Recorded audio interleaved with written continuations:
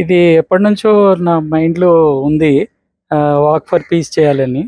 So, ఇది ప్రపంచంలో ఇప్పుడు బౌద్ధ భిక్షులందరూ కూడా కలకత్తాలో చేయడము, తర్వాత ఇప్పుడు యూఎస్‌లో చాలా వరకు world for walk for piece చేస్తున్నారు.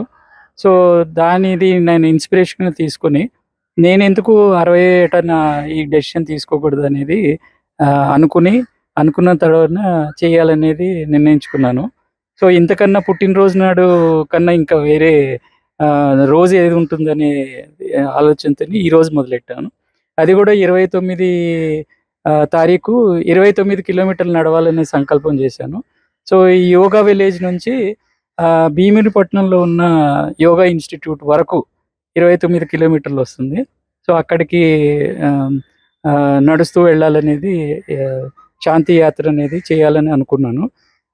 చెప్పినప్పుడు మా మిత్రుడు భగవాన్ గారు కూడా నేను గూడా బయలుదేరుతానని చెప్పి ఆయన గూడా రావడం జరిగింది.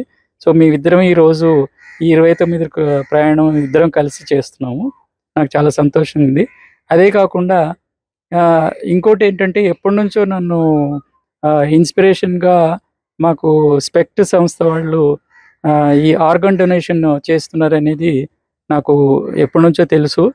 కానీ ఈ 60 ఏట నేను నా హ్మ్, ఆర్గాన్ డొనేషన్ చేయాలనేది సంకల్పించుకొని ఆహ్, ఈరోజే చేద్దామనేది అందుకే మేడం గారిని కూడా పిలవడం జరిగింది. సో, నా అప్లికేషన్ అయి సంతకం చేసి వాళ్ళకి హ్యాండ్ ఓవర్ చేశాను. సో, నా బాడీ ఇక వాళ్ళదే. అండ్ ఎవరికి ఉపయోగపడుతుందో అది తర్వాత ఆంధ్ర మెడికల్ కాలేజ్‌కి ఈ బాడీ అనేది ఇవ్వడం జరుగుతుంది.